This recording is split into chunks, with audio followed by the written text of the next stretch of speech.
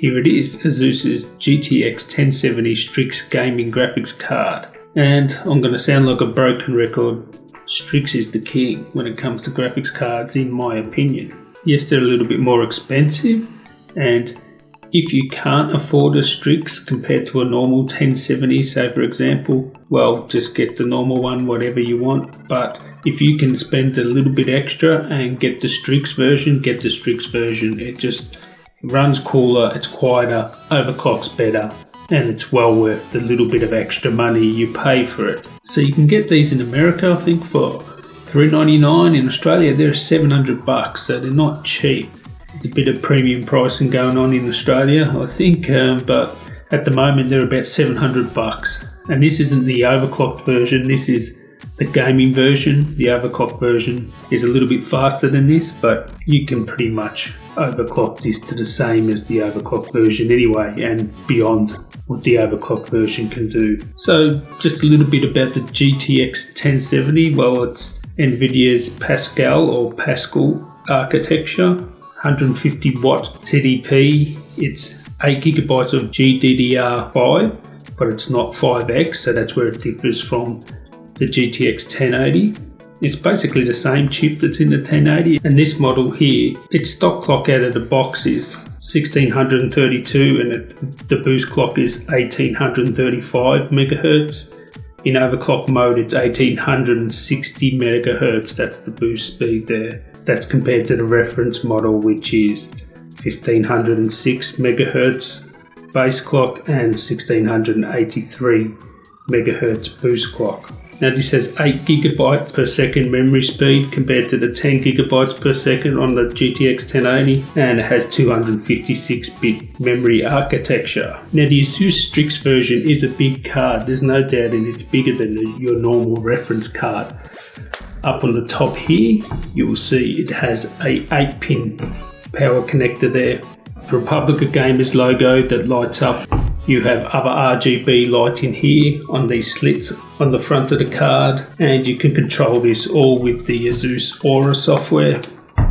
And on the back here you have this aluminium plate, and you have the Republic of Gamers logo there that also illuminates. Also with the Strix gaming graphics card you get the two 4-pin fan headers there. So that means you can connect your case fans to this graphics card, and when the graphics card cranks up, it can start pushing in the air to it. Very good feature, and I don't think I've seen it on many other graphics cards, so Strix is ahead of the game there. You have these patented DirectCU II fans here, so that's up to 30% cooler and up to 3 times quieter. I have no reason to believe that's not true. This thing here, it barely turns the fans on, even when you're gaming sometimes. It barely got over 60 degrees.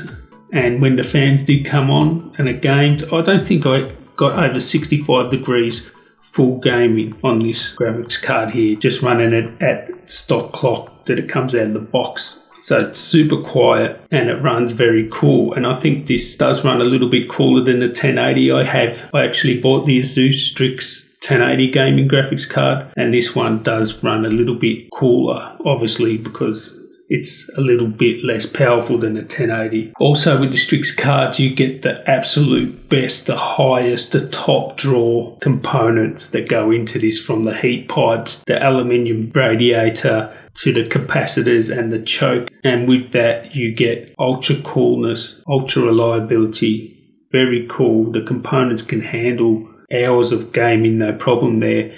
And also you'll very rarely get coil whine on an Asus Strix card. I've never encountered a Strix card to have coil whine. If anyone has had a Asus Strix card with coil whine, just let us know there in the comments. But I've never encountered it. So the best components you can get, it's actually, they market it as industry only auto extreme tech with super alloy 2. And that's just talking about the capacitors and the components and the heat sink and so on. So let's get into the benchmark. You want to know how this performs? Well, it performs like a boss. Video editing, no problems. I love this card, video editing. It's very fast. The render times are fast. Playback is fast. Just scrubbing through the content is really good. And on GTA 5, 1440p at very high settings, you get 60 frames per second. So 1440p crushes that.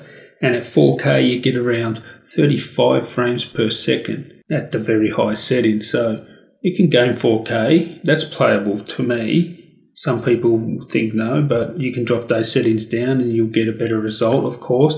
And in Crysis 3, 1440p, you get around 55 frames per second, and that's at very high settings. And at 4K, I got around 27 frames per second at very high settings. So if you wanted to game 4K on Crysis, you'd have to drop that down to maybe high or medium settings to get a better gaming experience.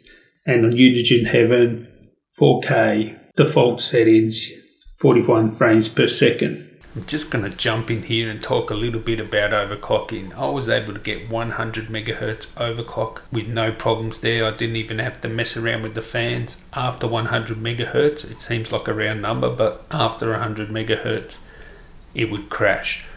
Now, the reason it crashed was nothing to do with heat, because I cranked up the fans manually and still it would crash. And the reality was it was barely over 70 degrees anyway, so heat wasn't an issue. So you can see that the GPU actually needs a little bit more voltage. And in that case, once you start messing with voltages, you sort of reach the point of diminishing returns and you're going to get a little bit more extra out of it. And just that 100 megahertz stable overclock would suffice for me. You may want to push it a bit further. On Firestrike, I got a score of 15,344, which is a good score on Firestrike there. And if you want to know what sort of gains you'll get from the overclock, well, here I've got Time Spy benchmark, which is a DX12 benchmark, and stock I would get 6,310. That was the graphics score, and pretty much on the graphics test one you would get around 39 frames per second. And when you overclocked it by that 100 megahertz, you got a score of 6,466, and you'll get around 40 frames per second on that graphics test one. So it's not a very big difference in the score or the frames per second. So that 100 megahertz overclock, it's nice, but I wouldn't bother with it myself. You could pump some more juice into it, introduce some more fan noise and etc., and more heat into your 1070, but you're not going to get much more. You might get an extra 25, 50 megahertz.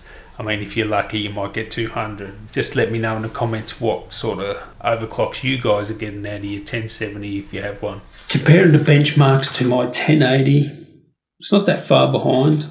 It definitely runs cooler. For video editing, I really can't tell the difference that much. There was like 5 minutes or so in some of the renders. That's to do with the CUDA cores, obviously. This one has 1,920 CUDA cores compared to 2,560 CUDA cores on the 1080. And for gaming, you're looking at around 10-20%, somewhere in between there probably. The difference between the 1070 and the 1080. So this can kill 1440, kill 1080, and you can game at 4K too, as long as you're willing to reduce those settings a little bit. It's definitely right in the sweet spot, considering the money when it comes in terms of the GTX 1080 and 1070. You're not getting that much more performance out of the 1080 and you pay a lot less. So I think it's probably the best bang for buck NVIDIA card, and definitely with the Asus Strix card, that's the way to go because you can overclock it a bit. And I was able to get up to around 2,000 megahertz, and that was with ease. So this thing can overclock, and even then it wasn't much over 70 when I overclocked it. So it's a great graphics card. So just on the ports here, we have two HDMI 2.0s, 4K 60 Hz, and two display ports up to 1.4 compliant and DVI port there. Me, I prefer 3 display ports, but this makes this VR friendly and VR ready. So if you're into VR, it's great that it has the 2 HDMI ports. So there you have it, the Asus GTX 1070 Republic of Gamers Strix gaming graphics card. I think this is the king of the 1070s, and I think the 1070 is your best bang for buck graphics card in the NVIDIA lineup there. It doesn't really have a competitor with AMD, but considering how much cheaper it is than the 1080, I would be more than happy to game with this. And in reality, even though I'm a GTX 1080 Strix owner, if this is all I could afford, I would be absolutely chuffed. I would be wrapped with this graphics card because it performs really well. And of course, for me, the most important, it's reliable, it's cool, and it's silent. And that's just because it's a Strix. So I'd really like to thank you for watching. Give me a thumbs up there, that'll be great. If you're new around here, please subscribe. I've got lots more tech content coming soon. So until next time, guys, tally ho.